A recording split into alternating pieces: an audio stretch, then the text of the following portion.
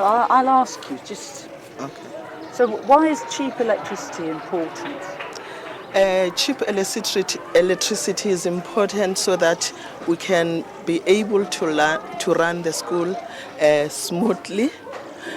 Sometimes the electricity comes on and off. Sometimes we even don't have enough money to go and buy electricity.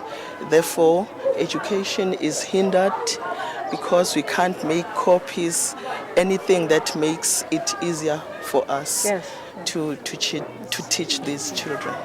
And what are you bringing to England? What are you going to show us? Oh, we are bringing our diverse cultures.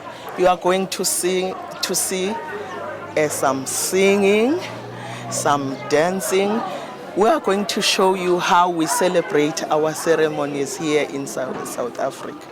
And these are Zulu dances? There is Zulu dances, Xhosa dances, Sotho dances, you name it. All the dances from the Rainbow Nation? Yes, they are from the Rainbow Nations. If you want us to, what is this?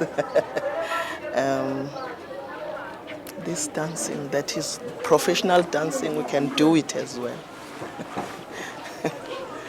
Okay, I'm going